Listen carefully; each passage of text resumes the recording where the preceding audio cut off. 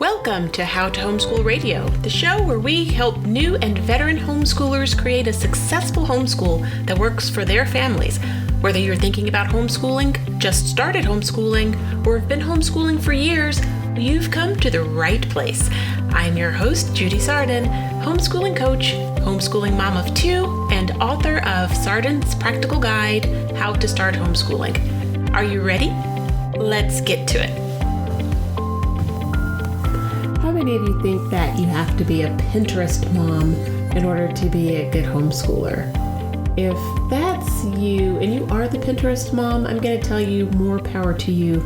And I'm just going to tell you that I'm kind of jealous because I am what's called the opposite of the Pinterest mom. And so when I talk to people who are thinking about homeschooling and they tell me that they're not creative, they don't like crafting, especially if you have younger children, you feel like, I can't do it because if my kid was in daycare, they would have all this stuff that they'd be cutting and pasting and all this pretty bright stuff. And then if you go to Pinterest and you see some of these homeschool classrooms, the ones on Pinterest are beautiful.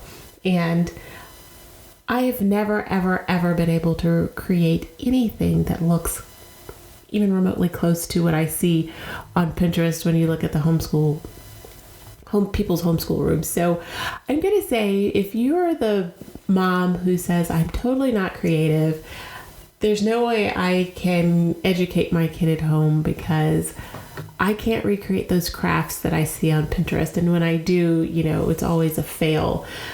I just want to give you encouragement because it's not necessary. And I am the anti-Pinterest mom, being, not that I don't think that the stuff on Pinterest is absolutely gorgeous. And I have friends who are in fact Pinterest moms, but I'm not. And so I've been homeschooling my children since they were 3 and 5.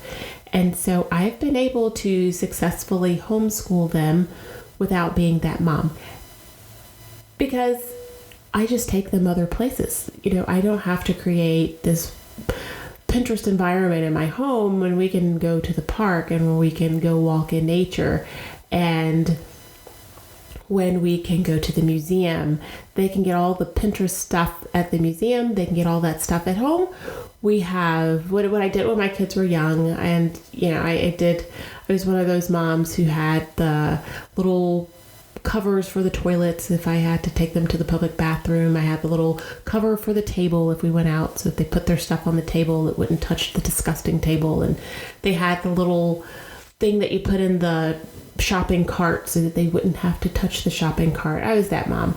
I'm totally over it now, but I was that person. And so in line with that kind of momming, I also bought them wooden toys. And so most of their toys were just like wooden blocks. Pretty plain stuff, but the stuff that we played with perfectly fine when I was growing up and my brothers were growing up and people before me were growing up. They had basic stuff. My son has the whole Thomas the Train wooden train set that we accumulated over time. We actually still have it. I'm ready to part with it, but that's another story. But so we have, he had his train sets. They had wooden blocks where they stacked them. And I really didn't have a lot of stuff, a lot of toys for the kids when they were growing up. Most kids would be happy exploring a box. And so I'm going to say to your moms who are really struggling with what to do with littles in particular, because that's really when you're more concerned with having all the bright, shiny stuff and the Pinterest stuff, is don't worry about it, because little ones, their job in life is to explore and learn, and children learn so much just from their natural environment.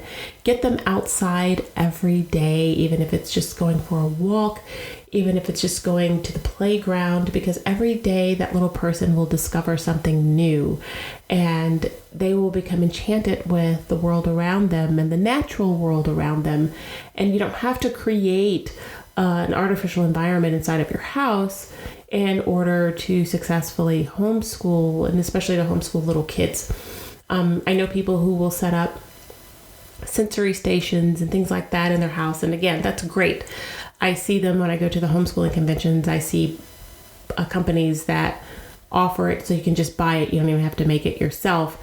And I think that's awesome if that's what you want to do. But if you don't have the money to buy that stuff and you don't feel like you have the creativity to make it at home, you can use the free outdoors for all the sensory education that your kid needs. Let them get in the dirt. If you're that mom who doesn't want your kid to get dirty, just get over it. And if it's muddy outside, let them go outside and splash in the mud. If they want to sit down and dig in the dirt or dig in the sand, let them. That's their sensory playground, outdoors, being outside. And so you'll hear me talk a lot about kids needing to be outside and needing to explore. And no matter where you live, whether you live in a rural environment or whether you live in a city, you can find outdoor places where your small children can explore them. And in fact, they'll even be behaved better if you get them outside every day. So I just wanted to let any mom who's concerned about not being creative, who's concerned about not being able to recreate the stuff that they see on Pinterest, whether it's a room or crafts or anything like that, don't let that deter you from homeschooling, because you don't need all that. And just as a total sidebar, when I was looking for science curricula or for their science curriculum, a lot of the science publishers talked a lot about, we have all these experiments. They have all these experiments.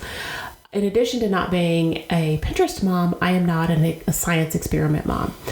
I hate doing science experiments with my kids because you have to buy all this stuff. First off, it takes time. So it takes way more time than any of the write-ups ever claim that they do. So just double the time.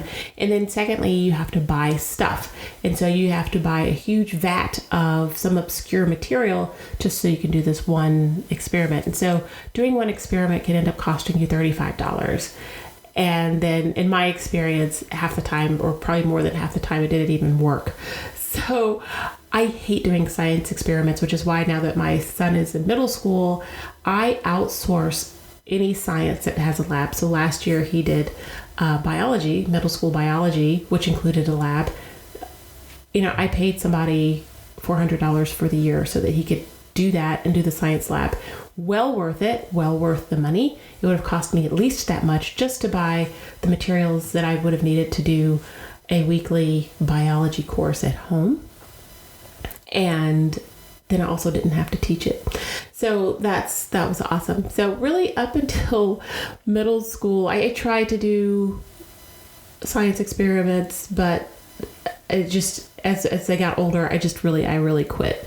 And so, we can go to the science museums when they're having special days where they can get some hands-on science stuff. That's kind of all I did up until middle school with my son. With my daughter, she has a science curriculum that I like it, and it has experiments for every unit. We just skip the experiments and just do the rest of the unit without it. So that's kind of what I wanted to talk to you guys about today. Just quickly, don't feel deterred if you're not the Pinterest mom. Don't feel deterred if you don't like doing science experiments, if you feel like you're not creative. You don't have to be all that in order to teach, even though you're in a classroom setting, they've got all that stuff on the walls. And really, I think it can be super distracting for a lot of kids, having all that stuff. And after a while, they don't even see it anyway. And so just keep it simple. Keep it in line with who you are. Be who you are as you are managing your homeschool, and everything will work out just fine. So the last point is, I have a child who's very creative. I will buy materials for her. I will buy paints. I will buy oil pastels. She has found some websites where she can go to that will give her instruction in drawing and sketching and things like that. And I finally enrolled her in a sketching class. But I am just not that person. And so I will provide things for her that she needs in order to explore her own creativity, but I don't get involved with it at all. And she understands that, and she knows mom is just not that kind of person. But I I encourage her, I get her what she needs so that she can go as far as she wants with her creativity. So again, even if you have a creative child, you, mom, dad, don't have to be the creative person in order to nurture that in your child. So that's all I've got for you today. And make sure that you visit me. Let me know if you have any Pinterest moments or Pinterest fails. Let me know in the comments, and I will talk to you next time. Hey, one more thing before you go. As a valued member of How to Homeschool Radio, I want to help you and hear from you not only when you're listening to the show, but all day, every day. I have a new Facebook group called How to Homeschool, and it's a place where you can get together with other homeschooling families to get support, offer support, and interact real-time to homeschooling issues that are most important to you. If you want to be a part of this growing community, see the latest videos, and get live answers to your homeschooling questions, go to judysarden.com/homeschool podcast. Or you can just hop onto Facebook and search for How to Homeschool under groups. Drop me a note to let me know when you join. I can't wait to see you there.